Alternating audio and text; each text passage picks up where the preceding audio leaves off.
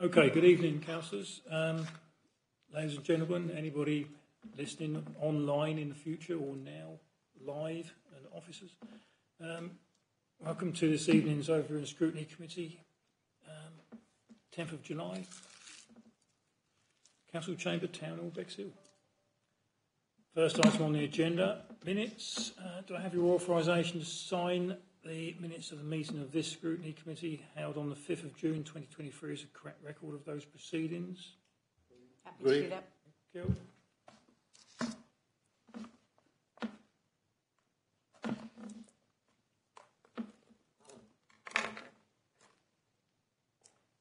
I think there was one question that Councillor Barnes had of the minutes, which was the setting up of a working group, task and finish group with regard to housing, but I think it was decided during the meeting that wait until we've had the consultations. Is that right, Ben? But it will be done sooner, possibly rather than later. Item 2, apologies for and substitutions. I have apologies from Councillor Cooper, who may join online but has yet not. And I see I have Councillor Legg, who is online. I'll remind him that he can participate via the chat facility if he wants to, or the hands up. I think it is not the chat. It's the hands up if you want to speak, but you're not allowed to vote. Additional agenda items, there are none. Disclosure of interest, I would assume any county councillors in the room will need to disclose on finance with regard to item 6. Councillor Maynard. Thank you, Chairman. Item 6 as an executive member of East Sussex County Council, so that's just a personal interest, not a pecuniary one. Thank you. Councillor Clark. Yeah, the council tax reduction scheme, because that, as an East Sussex County Council, because that has effect on their budget. Okay, thank you. Item 5, revenue budget, capital programme monitoring, draft outturn 2022-23. Purpose of the report, to note the draft financial outturn for 22-23 based on expenditure and income up to March of this year, 31st of March 2023. Resolve that this report be noted. So, Duncan, you're going to run through this. I know you've had some questions from Councillor Barnes, which I believe have been answered, but we might touch on those later just to get them out in the open air. Duncan, over to you. Lovely. Thank you, Chair, and good evening, members. I'll just talk you through some high-level notes regarding the report and a bit more detail, and then I'm happy to take questions once I've done that, if that's okay, Chair. But this is the provisional outturn, as the Chair has already indicated, for the last financial year, so 22-23, which ran up to March the 31st, 2023. It's a good position in terms of where we have actually ended the year. So when we did the original budget for the year, we were anticipating drawing down £3.2 million from reserves, but actually we've only needed to draw down £1.5 million. So that's an improvement, and £1.7 million lower than we expected it to be. Having said that, it still is a significant drawdown from reserves, and you'll have heard me all talk about in the past the fact that using reserves to plug budget gaps is not a sustainable way to deliver your medium-term strategy. So we do still need to do some work on that and look at the efficiency agenda and how we can deliver a balanced budget as we go into future years. But it's a good position for this year.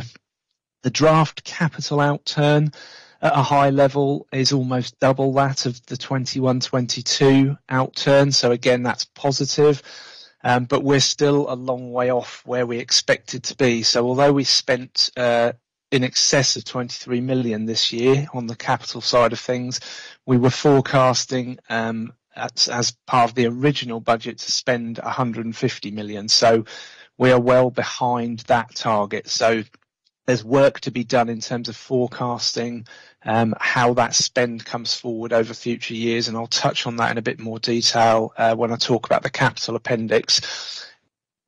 Collection rates for council tax were marginally lower than last year, but only by 0.3 5%, so a very small fraction, whereas business rates were slightly up by just under 1%. So we'll continue to monitor those when we do the budget monitoring for the year, just to see how and to what extent the cost of living is potentially impacting on some of those collection rates. There's also a new requirement within the Constitution this year to report on write-offs. So there is a new section within the report covered by paragraphs 31 to 34 on that particular subject. So just in terms of the overall revenue position, as I've mentioned, it's positive. It's gone in the right direction, which is really good. There are a number of areas and ups and downs, as you'd expect in a net budget of £15 million, that have contributed to that. So we've had additional planning income, which again is positive. We've had various savings that have come through. We've increased our forecasting and predictions in terms of benefits overpayments, so that's been less costly than we had expected it to be. But one of the main contributing factors really is the net financing cost. So that's covered within paragraph 16. And there's two sides of this. There's a benefit in terms of the income that we've generated. So we've increased our treasury income by nearly £400,000. So that's really beneficial. And that's a combination of an increased focus on treasury management activities, but also the interest rate going in the right direction for investment. It's going up, obviously. The negative side of that is when we look at the capital programme and the cost of borrowing, because in terms of borrowing, the interest rate is going in the wrong direction for us. But because of the delays that I've already mentioned in terms of the capital programme, that borrowing has been offset. We haven't had to do that borrowing yet for a number of the schemes. So our borrowing costs have not been anywhere near how much we expected to borrow. So those two things together are around £1.5 million when you look at them in the round. So the total income for the year for Treasury is around 660,000. The savings on interest payable were around 844, so that gets us to our £1.5 million. The financial sustainability programme, we have got a deficit of almost £500,000 compared with budgets. You'll be aware of delays with projects such as the Bexhill Town Council discretionary service transfer, but we are continuing to work with partners to try and deliver those savings. But there are actually a number of savings that we're achieving in the new financial year, which should be good news for members. So Lorna instigated a service planning process for 24-25, so for next year, and as part of that process we asked officers to come forward with potential savings ideas, income generation ideas, proposals to help provide a sustainable medium-term budget as we move forward. And members will be considering those ideas over the summer and the autumn so that they feed into the budget process for next year. But there are a number of things that we were able to act on immediately. So again, coming back to the treasury management, I've introduced some new software which makes our overnight investment far easier, far more efficient, far more straightforward. So we put an extra £200,000 in this current year's budget as a result of that. And it's helpful to note that as at June this year, we're already £100,000 above that target in terms of the profiling, so that is very, very positive. We've also managed to make some other smaller savings around keeping posts vacant and trying to be more efficient in terms of some of the service team. So again, there are some early quick wins that we are delivering ahead of next year, which is also really positive. Just in terms of the capital programme, you'll probably note from the appendix that there's a new format. So what I've tried to do this year is to try and make it more understandable and more transparent. So what we did historically was often to show a one-year snapshot of the capital programme. Now, the way revenue and capital work, that's fine for a revenue budget because you normally look at a one-year revenue budget in isolation of spend. But with capital, you're often going over 3, 4, 5 years. So I think it's important for members to be able to see from an appendix what the total budget is for a project, so over its life, what's been spent in previous years, what's been spent and forecast to be spent in the current year, and then how that is phased over the future years. So That's what we've tried to do with this new appendix. As I've already mentioned, we've spent £24 million this year, which is better than the previous year, but as I've said, significantly below where we hoped it would be. And it's a mixture of external economic factors, really, and also internal issues. So there's been the high price inflation that we've experienced, increasing construction and material costs, and there's also a challenge around organisational capacity, and I'll touch on that in a second as well. But a number of those savings are timing differences rather than project underspend. So it's about the fact that either projects haven't started as yet or they have taken longer for us to incur some of those costs. But inflation and interest rates are continuing to have an impact on the affordability of some of those capital schemes, and you'll have all heard me talking about the need to review where we are in terms of some of those business cases to make sure the assumptions that we used a couple of years ago are relevant now, and if they're not, what impact that potentially has on the outcomes we're expecting. So in terms of rate rises, commentators are forecasting it to hit probably 6% by the end of the year based on current projections. So that's something we need to bear in mind when we're looking at the affordability of the capital programme. There's some positive news in there as well from paragraphs 24 to 27. We've drawn down some more government funding towards the cost of temporary accommodation. So there's some information there and a discussion about how we can use some of our capital funding to match the government funding, which is really positive. Appendix C covers the reserves. So I've already talked about the fact that we've drawn down significantly less than we had anticipated. So in terms of our minimum reserve position, which we've talked about before at 5 million, that gives us a bit of a buffer as we go into 24-25, because for those of you that can recall the medium-term financial projections, we were projecting to dip down below that 5 million, which we don't really want to be in that position. But again, having said that, it's about having a sustainable savings efficiencies income programme to plug that gap rather than relying on reserves, and then we can use some of those extra reserves to deliver our outcomes for our communities that we want to do. I won't talk too much about the write-offs. There is a section within the report on it. What we've tried to do as well, because it's the first time it's had to be in a report like this, we've provided 4 years prior information as well so that members can see the direction of travel on those write-offs. And you will probably note that when you look at council tax and business rates, the amounts for this year that are being write-off look quite high compared with previous years, and you may think, well, that's due to the cost of living and the ability of people to pay some of those bills worsening. And there may be some of that to an extent, but actually the main reason is because Chris and his team have done a lot of work on reviewing historic debt from earlier years, and they've taken this opportunity to take a step back to really try and understand what debt is still going to be recoverable, and where we don't feel we're going to recover it, we've written it off. So there is an increase in those two areas for that particular reason. So it's not quite as easy to compare like for like with earlier years, but when we do the budget monitoring, we will focus on those areas to make sure that those collection rates that I've already touched on are where we expect them to be, and we're not losing out significant amounts of income. Just to conclude, Chair, if I may, just to pick out a couple more points. It is a positive position, but we still have more work to do in terms of making the future budget sustainable. The high inflation and interest rates are causing challenges for the capital programme, and in terms of that review, it may mean that some schemes are not viable in the same way as we'd hope they will be. So in terms of that affordability, we need to understand that, but it's around the viability of the scheme, the capacity of officers to deliver, and about prioritisation, because we've probably got 7 or 8 big capital programme items, and that takes a lot of resource for officers, and that's all on top of all of the things we're trying to do with the revenue budget and the strategy and the corporate plan and things like that.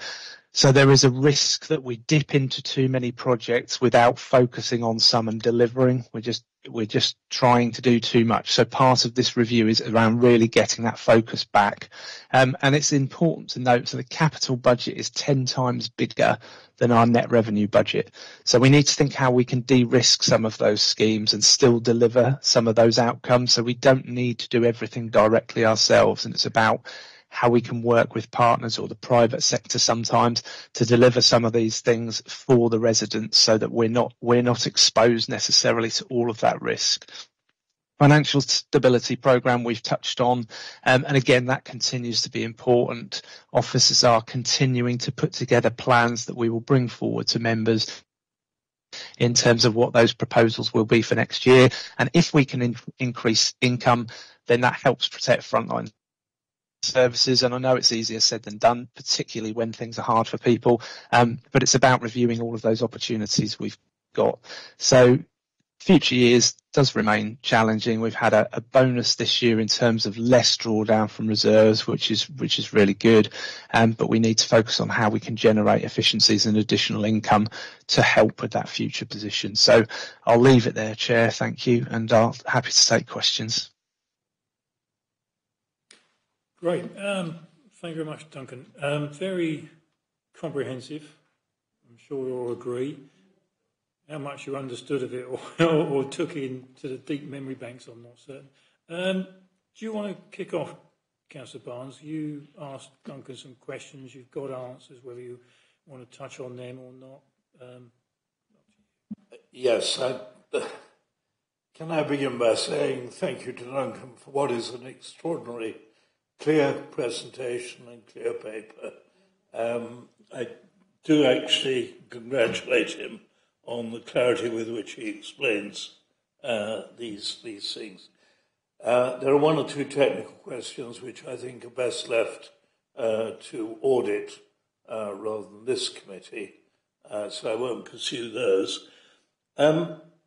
Members will have to forgive me if I have a habit of looking gift horses in the mouth. And while I think this is a very welcome bonus in terms of our drawdown on reserves, my first question to Duncan was really around how much of the savings, 1.7 million savings, was likely to recur and how much was one-off. And I think it'd be useful if Duncan put that answer on record.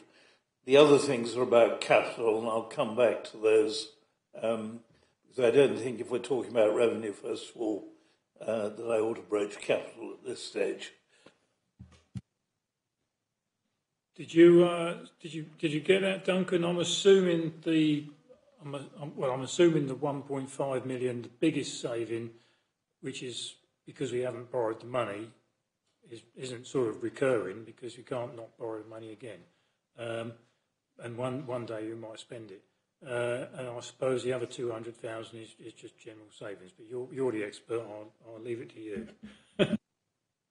Thank you, Chair, and thank you for the question, Councillor Barnes, and thank you for your comments about the report. I'd like to thank the team. The team have put a huge amount of effort into pulling that report together, and we've tried to keep it focused on the key areas, but there's a massive amount of work that goes into providing the detail that sits underneath that. So I'd like to put on record my thanks to the team. Just to address that particular question, Councillor Barnes, and Chair, yes, you're right. In terms of the borrowing, if that's being offset, then it suggests that we are still going to have to borrow at another point in time. One of the likely outcomes I would anticipate, though, in terms of that, when we do the detailed review on the capital programme, I've already touched this evening on whether some of those schemes will progress in the way we originally intended. There might be some reason to pause because of the market conditions. There might be some reasons to de-risk a programme by potentially selling a piece of land, for example, rather than trying to deliver something on it ourselves. So actually, although if everything stayed the same and interest rates stayed the same, then that borrowing requirement is just a timing issue. It's bumped onto future years. But actually, if we take some of those things out of the capital programme or we pause them, then actually that starts to filter through in terms of a saving in the budget. What we do need to be careful of, though, is that some of those programs, while they were focused on regeneration for the district, there is often some income that's generated as part of that. So some of that income would be offsetting the borrowing costs. So there's a net impact there that we need to consider. But in terms of the specifics around the recurring nature of some of those, I would anticipate at a very high level that roughly about a third of that is likely to be recurring. So again, in terms of the investment income, the changes we have implemented and the position the market is in at the moment, I would expect that additional income to continue to come through at similar levels. So that's positive. I touched on some of the early savings delivery that we are seeing in this current year as well. So I'd anticipate that to come through. And there are some positive signs in terms of income through some of the other services and some of those savings that I think will be of an ongoing nature. So it's a tricky one to try and put a figure on to be precise, because we've got a long way for the year to go and future years, but I'd say roughly about a third of that is likely to continue. Does that answer your question, Councillor Barnes? Thank you for that. I don't know if somebody else wants to come in on revenue, but if not, I will go on to capital, if I may. Councillor Creasy, you indicated. This is just a slight sort of thing, but for those of us who attended your training this morning, this is much clearer than it would have been otherwise, so thank you. Good, thank you. Councillor Barnes in? Yeah, I'll just make a couple of points. Because it's going to Cabinet, I don't think it's right at the moment to talk about the infrastructure costs of Blackfriars in any detail. But the figures in this report are misleading because we know privately that they're already out of date. So that will actually need to be addressed. And of course, because of that, quite a lot of our capital spending has really been on Blackfriars infrastructure rather than on more income beneficial developments. So the difficulty we're facing with the capital programme, and I don't want to explore this too much here, but we're in a rather awkward state at the moment because interest rates are moving up to not a historic high, but certainly a high that reminds me of going back to the early 1990s.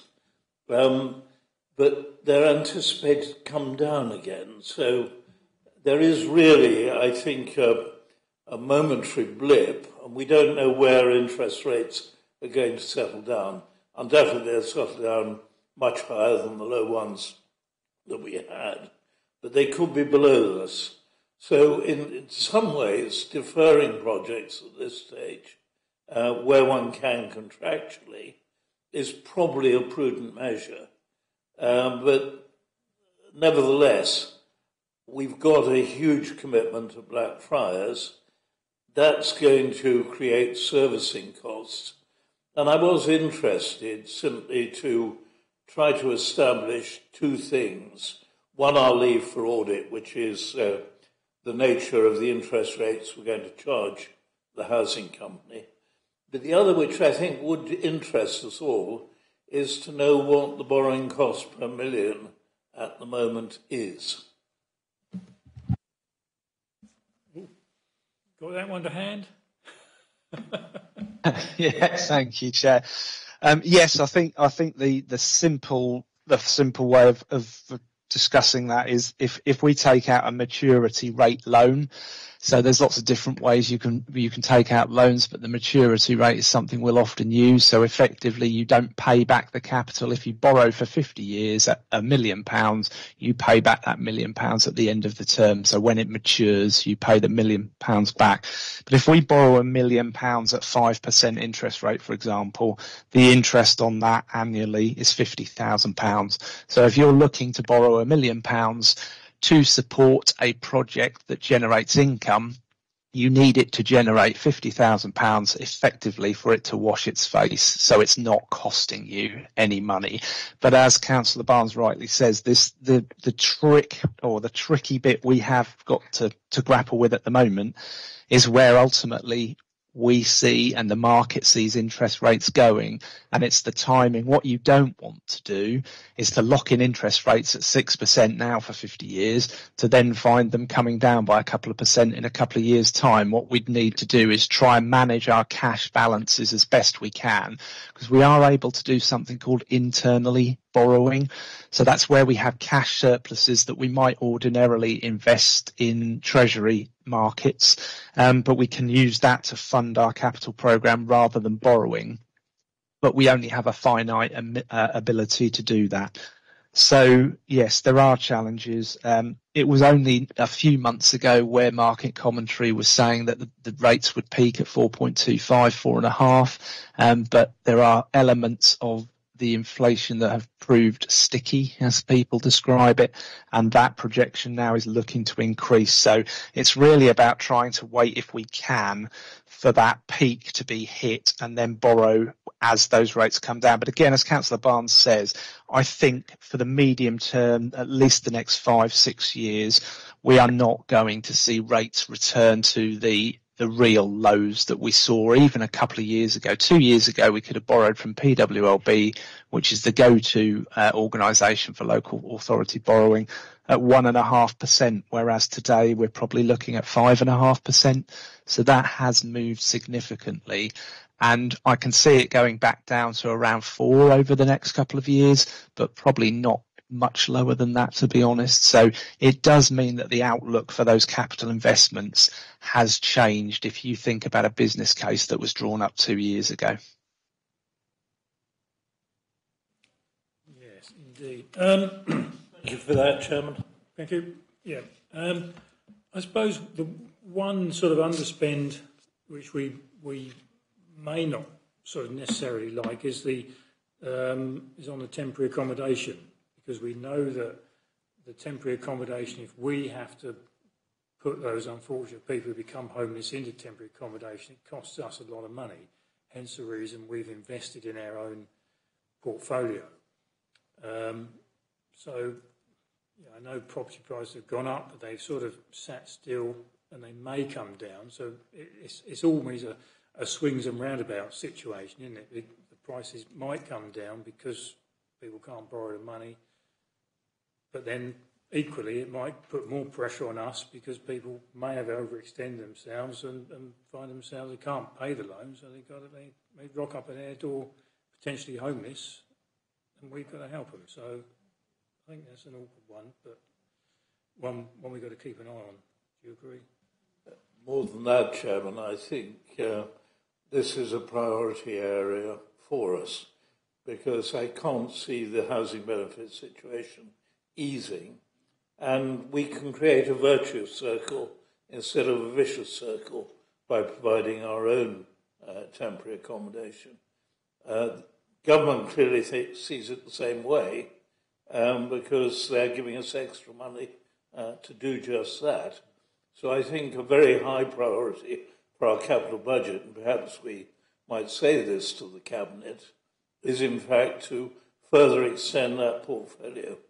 I'm talking only about temporary accommodation because there might be complications with housing revenue accounts if we did it for any other purpose, so that would need more careful examination.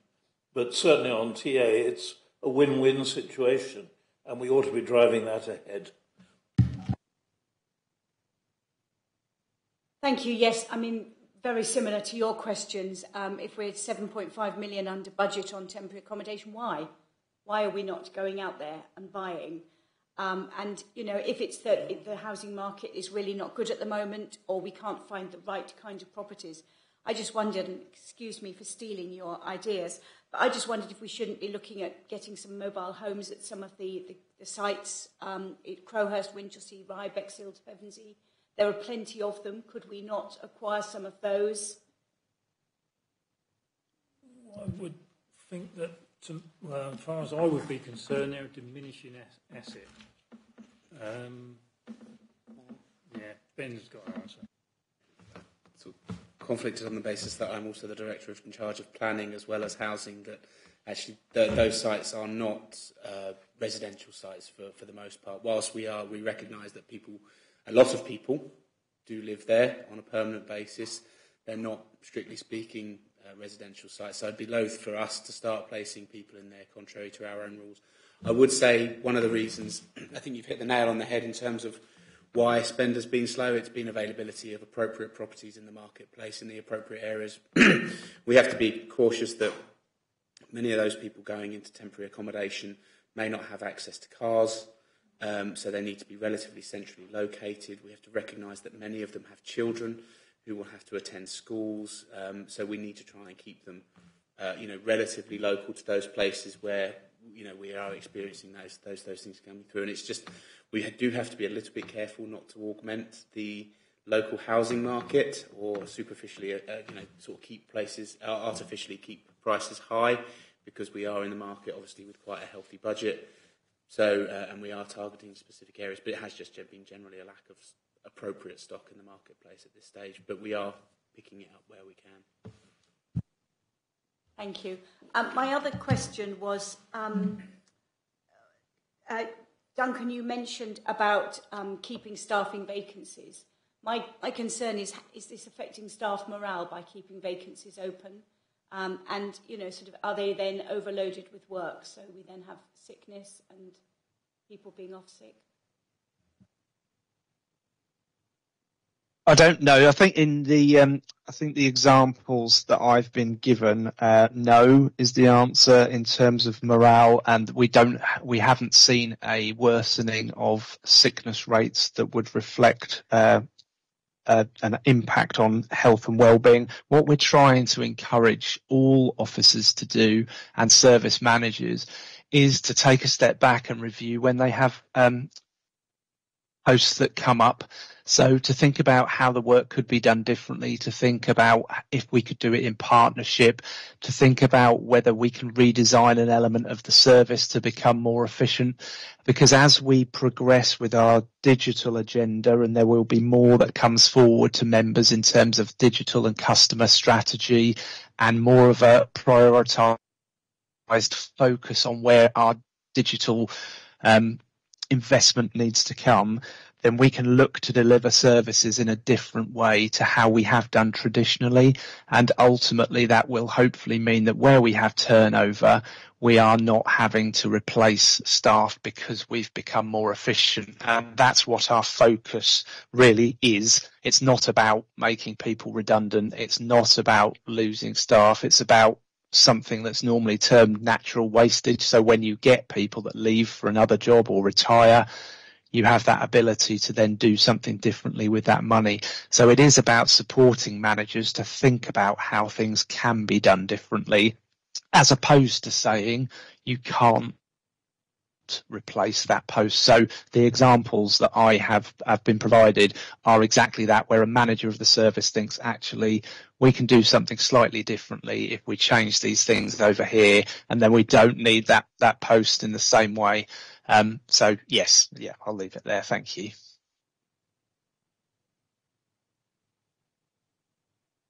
Thanks for that, Duncan. And absolutely. I suppose the other thing in terms of vacancies is where we don't have a choice, where we can't recruit. And that has been an issue in some services. So obviously it has an impact on the budget where that's the case. And there have been some teams where we've had to go out 2 or 3 times to get the right people. And I imagine that's a trend we'll continue to see.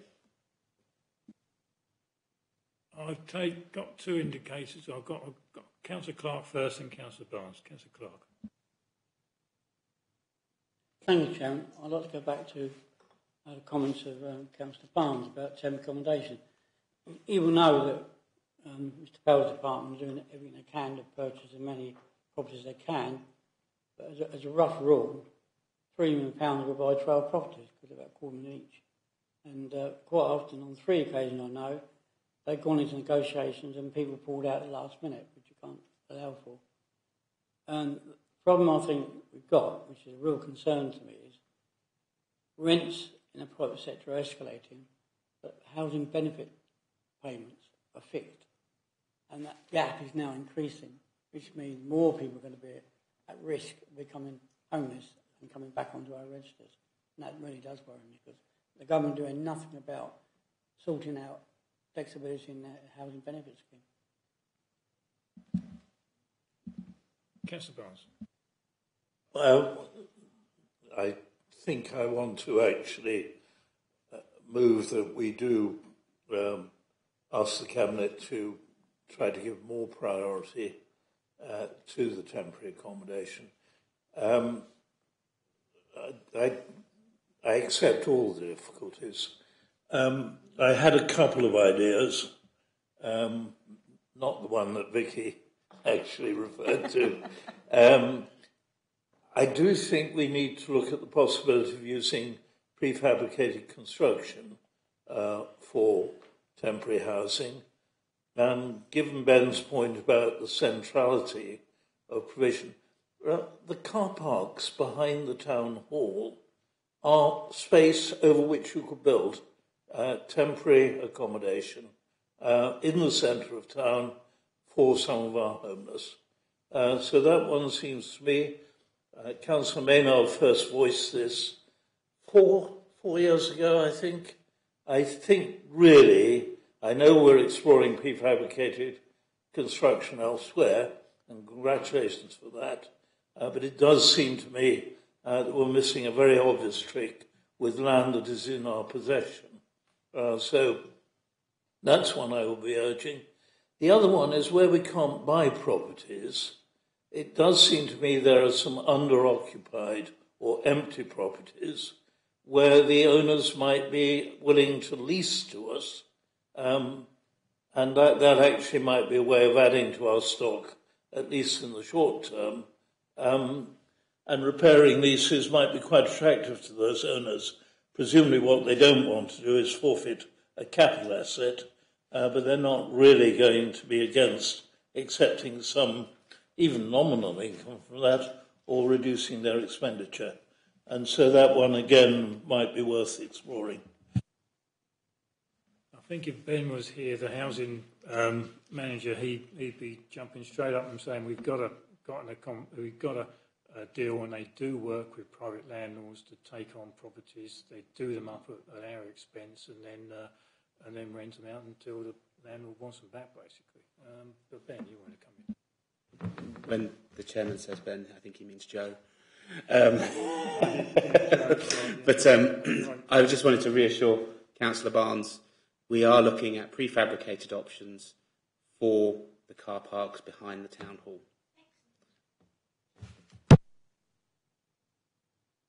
Now, how long have you been waiting to say that?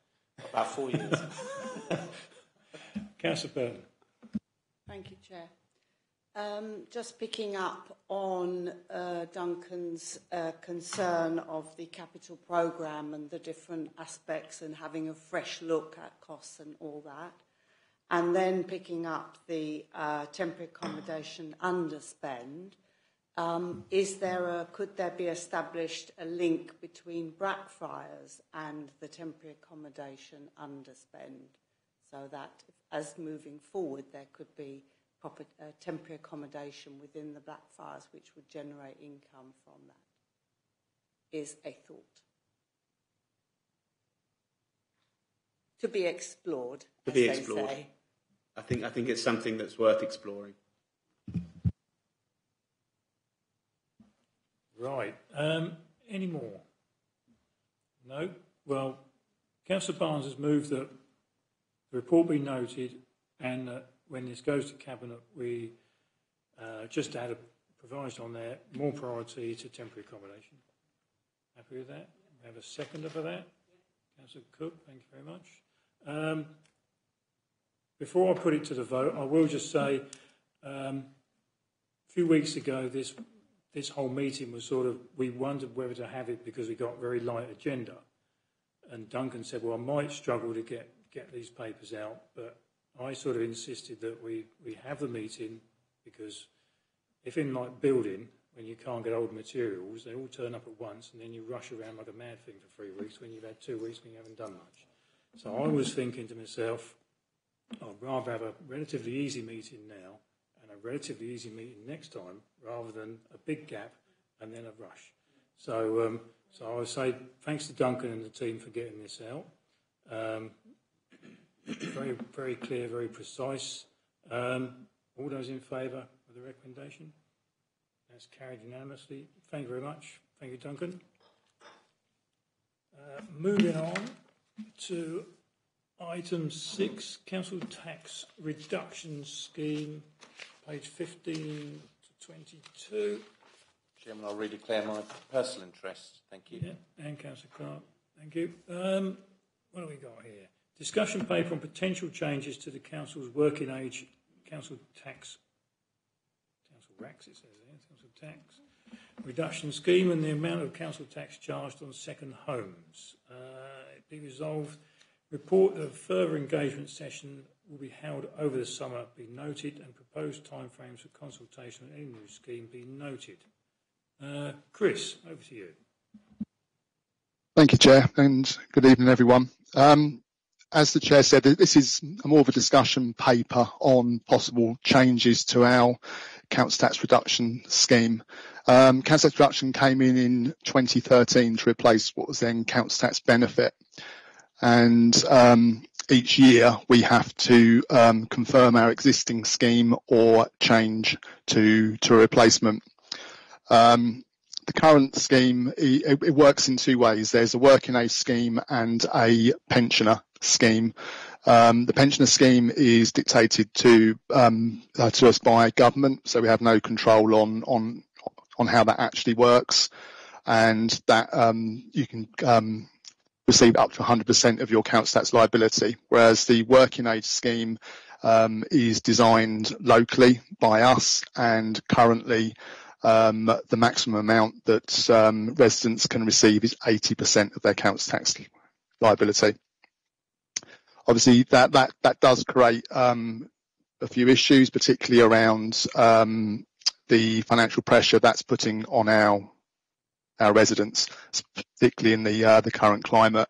Also, Rother is now one of just us and Eastbourne that still maintain an 80% scheme, whereas the rest of East Sussex are now on 100% schemes. Whilst our council tax collection rate is reasonably good at 98%, the amount we actually collect from residents in receipt of council tax reduction is significantly lower. It's around about the 80% mark. The fact that it is a real struggle to collect from those residents anyway, which does lead to obviously hardship to the residents, but also potentially us having to write off significant amounts of money because it's not collectible. The cost of the scheme is split between us and the major preceptors, with the majority of that cost actually sitting with East Sussex County Council. We've done some preliminary evaluation of how much if we move to a 100% scheme, how much that would actually cost. The current scheme costs around about 8.2 million, and a 100% scheme would be in the region of 8.9 million. As I said, the majority of that cost would be with East Sussex County Council. Although there is a cost, there may be ways that some of that cost is covered. Currently, our caseload for council tax reduction is falling, and that's mirrored nationally. So the way that comes out of the collection fund is actually some of that cost may be covered from that. Also, within the current levelling up and regeneration bill that's currently going through Parliament, there is the possibility of increasing the amount of council tax that can be charged on second homes. It's difficult to model the effects of that at the moment because we don't know what the final guidance will be on how we can actually charge that and what powers we may have to actually identify what is actually classed as a second home. So there is no figures in there at the moment, but when that does come through, then there is potential to increase revenue that could then potentially offset the cost of, or help to offset the cost of a 100% council tax reduction scheme.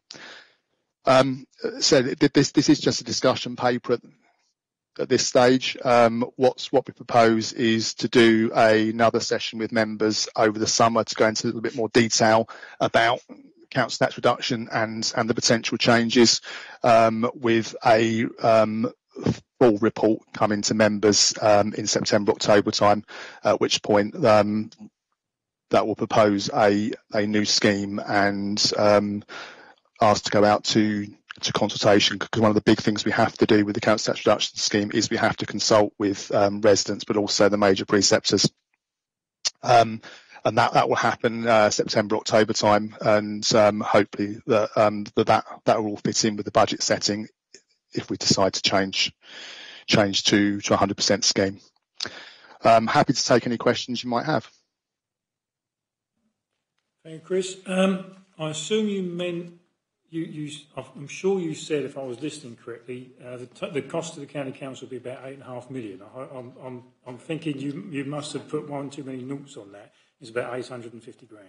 Yeah, sorry. So the cost of this scheme in full is 8.2 at the moment, but county's share of that would be in line with the collection funds.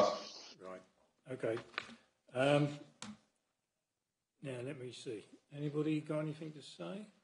Oh, Councillor Clark, you can go first. Yes, Chairman. Again, I'll declare a personal interest as East Sussex County Council. I'd like to draw attention to the help that's already available. One thing that's not mentioned in the report is that if the scheme is abolished, that will affect 1.5 posts on our staff. That's not in the report. This council does a lot to support residents in Rother, and I'm very proud of that. The exceptional hardship fund last year, 22-23, £28,000 paid out. The government's household support grant, which Rother distributes, paid out £440,000 to 2,000 residents. So that's good support. And I think you have to widen the debate, because Rother alone can't solve poverty in Rother. Support that's been available in the last 12 months, we've all had the £400 energy bill support. There's been heating and food vouchers, school holiday vouchers.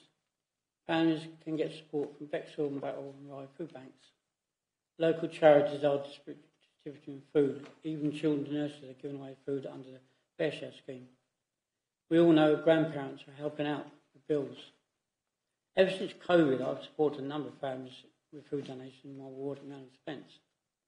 But I believe the current council procedures meet the needs of residents in Rother. This council, this administration and previous, has always helped residents in real need. But taking money from East Sussex County Council, over $500,000, which could come out of the adult social care budget, I don't think is the answer. It's a known fact that over 80-year-olds will increase by 15% in East Sussex in the next 5 years. The adult social care budget is absolutely bursting at the seams, the lack of finance, and it needs more and more. Where's it going to come from? And also, Rother will lose income from funds from this. There is at the moment in place a joint agency approach for Rother residents. I don't agree with the report. I still believe we should all pay something based on our ability to pay. The real problem is increased food prices, high fuel bills, increases in rents and mortgage payments, all issues out of Rother's control. I found out last week, even housing associations have increased rents by £32 a month. If residents can't pay the 20%, which is around £30 to £40 a month, depending on their circumstances, then Rother will always help in special cases. And residents in crisis should always contact Rother officers. I think in the future, councils will need to look at the single person 25% reduction for single occupancy, because that is not based on ability to pay it. It's just based on the fact that you live on your own in your house. Now, you could be someone who's living on the edge, or you could be a millionaire. So maybe in the future, government needs to look at putting a ceiling on income for a single household to look at that, because to me, in some ways, it's not fair. The excellent work done by Councillor Coleman's anti-poverty working group clearly showed only joint working approach with other agencies can address poverty issues in Rother. We are faced with cuts in services. I'm not convinced at the moment they can be made without losing staff. Serious consideration is needed before a decision is made on this matter.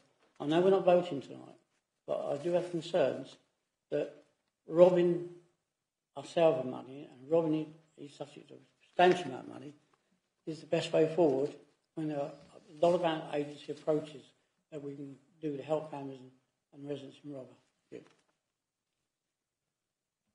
Thank you, Councillor Clark. So I'll put you down as a maybe then. Or possibly not. No. Well, I think the resolution we got tonight, the report and further engagement session will be held over the summer. There's a timetable on page 20 of the sort of proposal. So at this moment, we're this committee. In the summer 23, we've got a OSC member briefing. Then they come back to this committee in when was that? The 9th, September. Then it goes to Cabinet in October, and then there'll be a 6-week consultation from October up to sort of November, late November, and then Cabinet making a decision, considering results in just before Christmas, basically. Then full council even closer to Christmas. So there's a bit of a timescale there. Councillor Barnes. I think there's a very real danger, Chairman, of raising false hopes. I think what we're facing is an extraordinarily difficult situation. What actually is a classic catch-22. It's not so much what we do here, but the unintended consequence on the county's budget. I'm advised, I may be wrong on this, and I would welcome some clarification on figures, that Lewis has already taken this decision, and that will cost the county about £800,000. Can I direct your attention to the county budget? I speak as an ex-county councillor. Over 60% of that budget now goes on social care.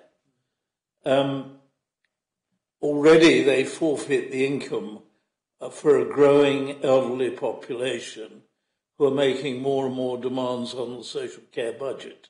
That itself, because the government insists that pensioners, irrespective of means, get 100% support. Well, it's not irrespective of means, but the people who are eligible get 100% support. So the very people who are actually costing the county an increasing sum of money are contributing nothing at all to this. We're in danger of doing exactly the same. If we cost the county £500,000 or £600,000, the people who are going to lose out are the very vulnerable people you're actually trying to help through your council tax relief. And that's why, reluctantly, I have to say, I think we've got to study the unintended consequence of this. It's much better to handle cases through the hardship fund and through actually remitting debt if people can't pay. It sounds clumsier. It is certainly more officer intensive. But at the end of the day, it actually targets our help much more precisely where it's needed. And it actually doesn't have the unintended consequences for the budgets which are taking care of the very vulnerable people we're trying to help. It's an attractive idea, but I think it's a dangerous one. Okay, Councillor Kirk. Yeah. So what we're talking about is an intention to further explore how we use, explore the council tax reduction scheme. As I understand it, we're not voting. We're talking about our future direction. And budgets are obviously really difficult, fraught with all sorts of difficult decisions, and adult social care especially. If we're talking about equating reductions with adult social care, East Sussex County Council have been really adept in handling some of the challenges, especially around staffing over COVID. They've recruited from abroad, for instance, where a lot of councils haven't, and they will have offset some of the challenges, as I understand it. This is my understanding from the recent Health Overview and Scrutiny Committee presentation by the Director of Social Care. So they will have offset some of their charges from agency workers, for instance, and some of the challenges around recruitment they are managing. So, however, I do think it's a false equivalence. What we're talking about is doing the right thing by people who are in economic hardship. It's about the direction that we choose to go in as a council, and as a council who have adopted the economic duty that was proposed by Councillor Coleman and the council agreed recently. We know that benefits don't cover anywhere near the costs for people living on the breadline at the moment. So to require people to pay towards council tax, even 20% where that is relevant, just is impossible to justify as far as I can see. So this is about economic justice.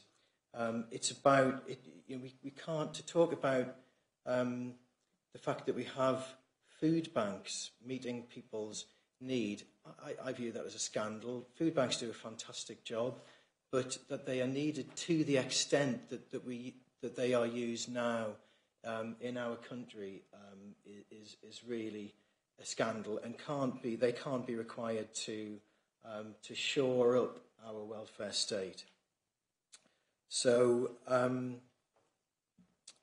can't read my own writing from the notes I've made here now. Probably a good job. So I would be interested to find more out about the effects on staffing, if there are any effects on staffing within Rother District Council. But I really support the direction of this report. Thank you. Thank you. Well, I think, as you said, we're not voting on this, yes or no. What we're voting for is, or the recommendation is, the report and further engagement sessions that will be held over the summer be noted, and the proposed time frame for the consultation, which we've got on page 20, which is, do we agree with that? I would say yes. And then it'll be out to the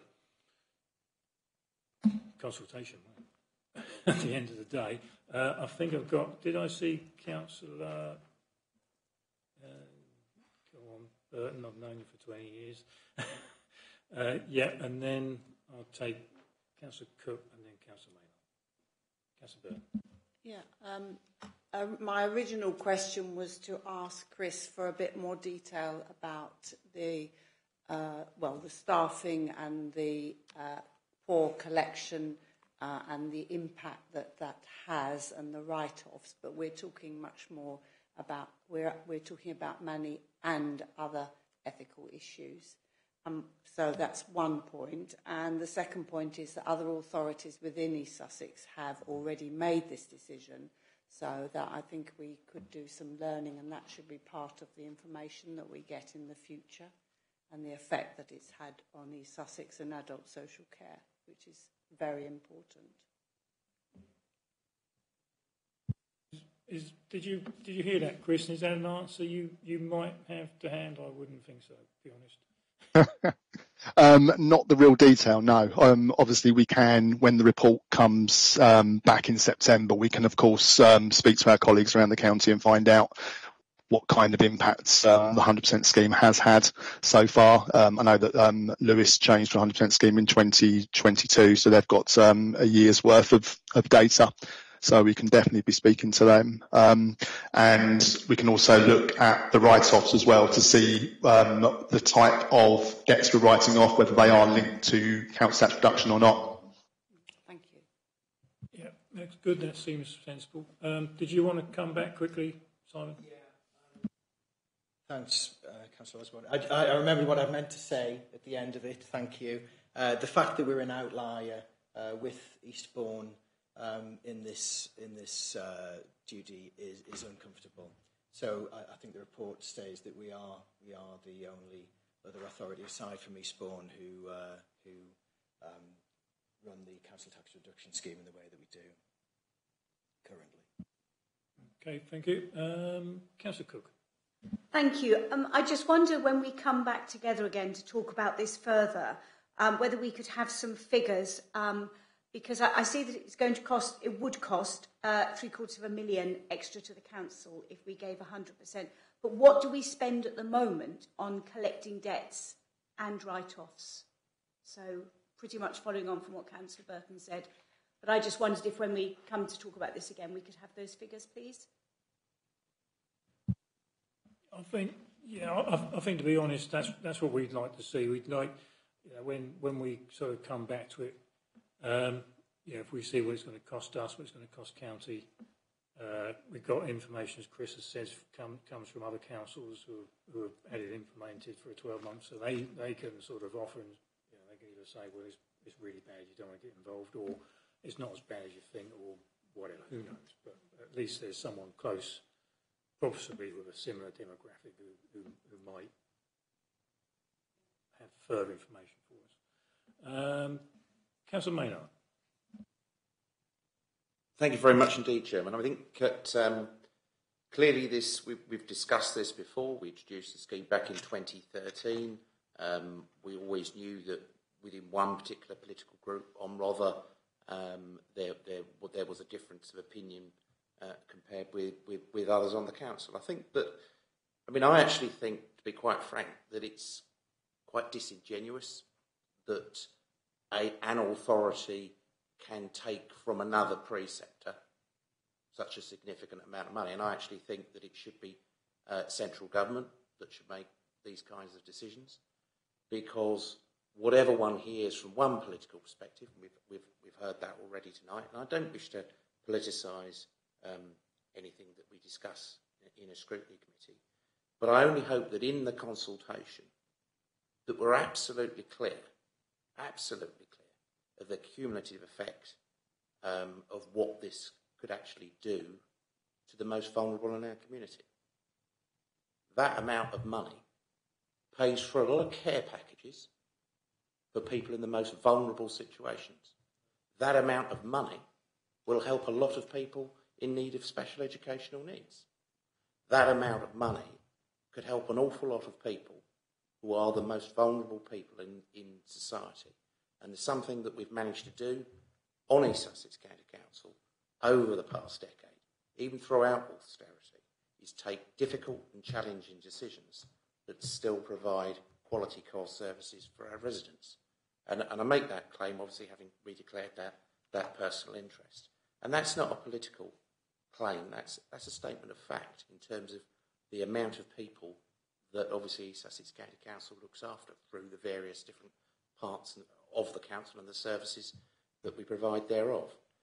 But it's really not acceptable to suggest that we're an outlier and therefore we should just roll with it and actually collectively cost the county council well in excess of £500,000.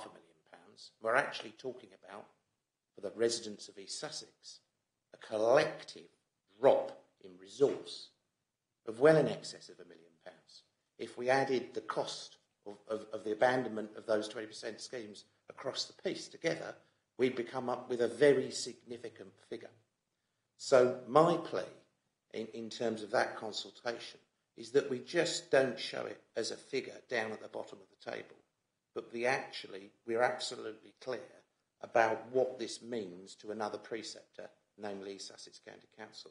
There would be a relatively negligible effect upon the precept that we at Rother received, and that's always been trotted out by members of that opinion, in this chamber. But the bigger effect on East Sussex County Council, the biggest of the, in terms of receipt of the precept, is potentially huge. And we need to be open and transparent about that, because it is disingenuous to say, oh, we should just do it, because there won't be any effect. There is a serious effect of doing this in terms of the change to the amount of money that the county council has in terms of its overall spending power. And what I don't hear for those that are in support of this particular idea is what services they want to see cut. There's a deafening silence, isn't there? Thank you, Chairman. Thank you. Councillor Mrs. Barnes. Yes, thank you, Chairman. Yes, I was reminded that that decision back in 2013 had quite a lot of other aspects thrown in. And one is the importance of realising that you're a member of a community. And in that community, you expect to pay for the services that are provided by that community. And that it should be a matter of pride that you are able to spend even 20% of the cost of the council tax on helping to fund the services that you receive from the council in that community.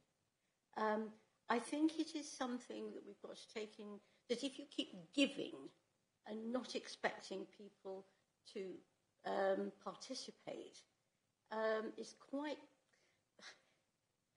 There's something that's not quite right about taking a decision which is just, we won't charge you anything, but just we'll give you 100%.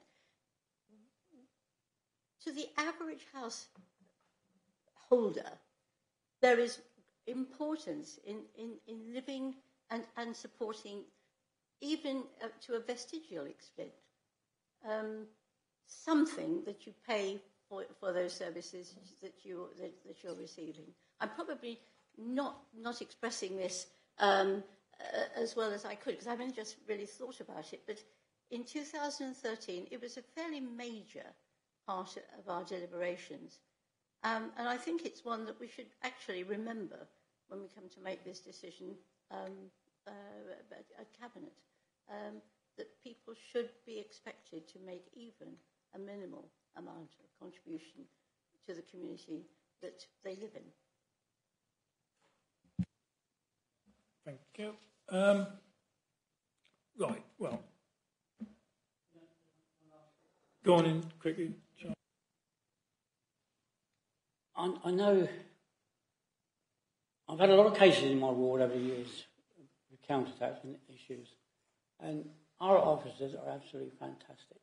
I had a case last year where a lady had a very serious road accident, which meant she had a year off work, had a mortgage, husband had to give up a job to look after her.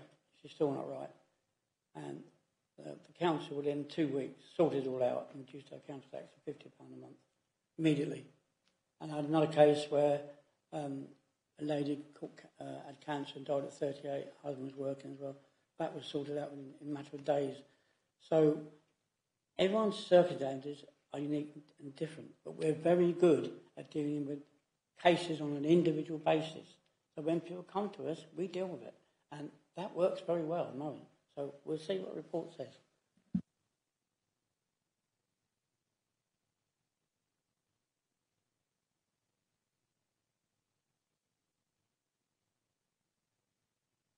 I just, I'm just mulling this over as the way the discussion has, the direction the discussion's taken, particularly around adult social care.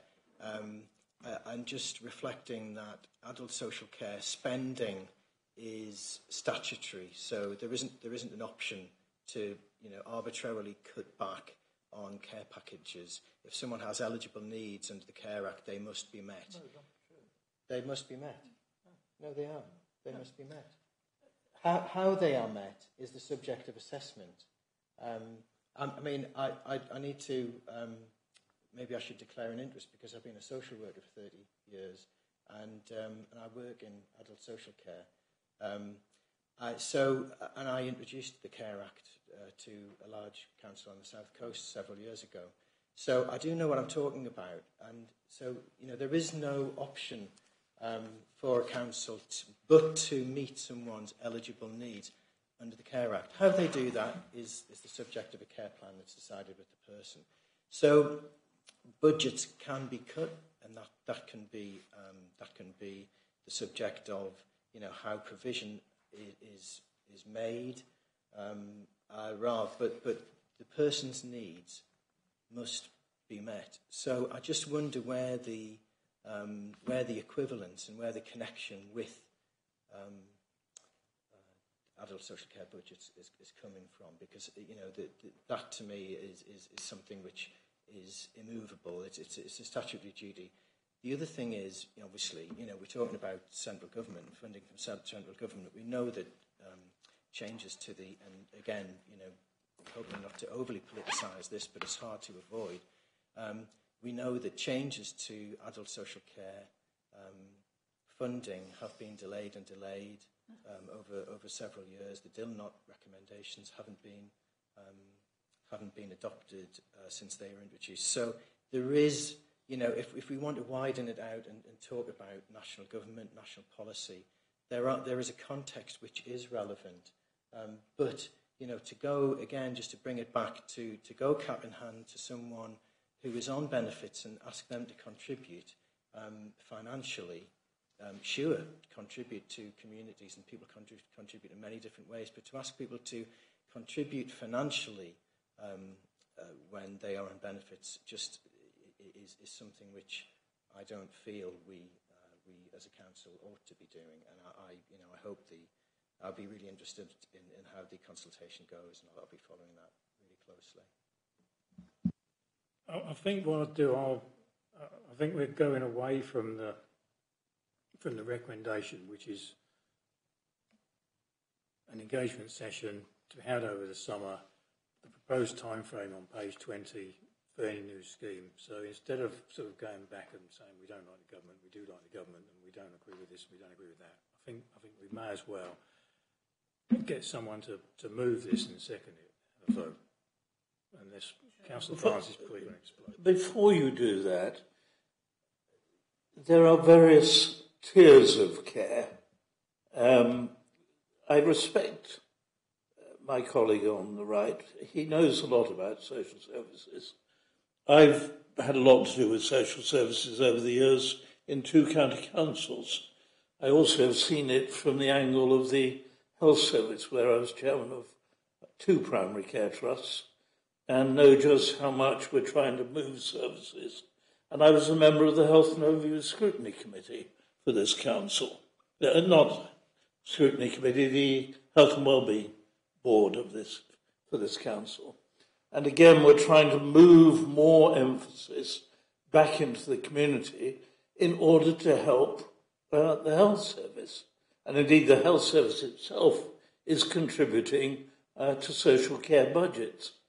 The notion that there is any margin in the social care budgets of county is really, I think, dangerously misleading. Yes, it's statutory, but you do have to assess, and I imagine, and I would ask that this information is found out, this is why I'm really speaking, to ask Chris to get a proper report from the Director of Adult Social Care about what packages are no longer funded by county. Because there's a whole range on the lowest tier who need care, who don't get it any longer, because actually we concentrate on the more severe cases. And that's the reality of the situation the county faces.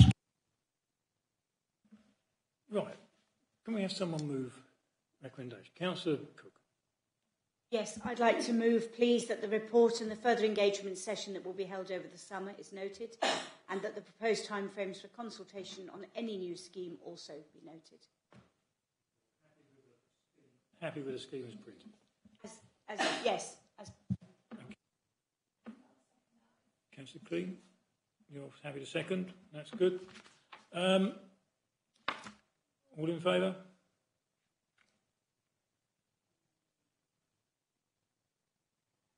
Any against? That's carried. Thank you very much. What have we got now? Thanks, Chris, for your time. Item 7, work programme, page 23 to 24. Last.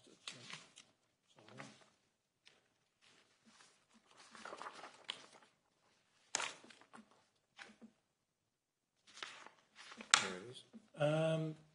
Now, I have an email. We have extras. On the 11th of the 9th, we're currently looking at performance report first quarter, revenue budget, capital programme monitoring, quarter 1, council tax reduction scheme, and we now would like temporary accommodation purchase strategy, RDC owned managed private accommodation policies. And that came from Joe, isn't it? Okay, happy with that one? Yep. And then on the October meeting, 16th of October, we've got a medium-term financial plan, digital and customer services strategy, and discharge of homeless duty onto suitable private sector policy and an allocations policy. That again comes from Joe. So you're happy to have that on there? I think that sort of brings us forward to then, do we look at setting up a task and finish group possibly? Will we be looking at those or not? I think within there that we are looking at bringing forward terms of reference for a task and finish group for the housing development strategy. So that will fit in one of these. I just don't know which one just yet. Okay, that's good. So that satisfies Councillor Barnes. Always good to satisfy Councillor Barnes. I will move the work programme as sufficient. Okie dokie. Anybody want to look at any other items for consideration or anything? Or I think there's plenty on there actually. It's just a case of finding somewhere to put them. But again, we're going to have an afternoon at the end of the summer. Once you've all been on your summer holidays and come back for September, then we'll have an afternoon and we'll go through the work programme, work things out. So if you're happy with that, Councillor Barnes has moved it. Councillor Cook's happy to second it. All those in favour of the work programme with the additions? That's good. Thank you very much. Thank you very much for your time this evening. I declare the meeting closed at 19:46.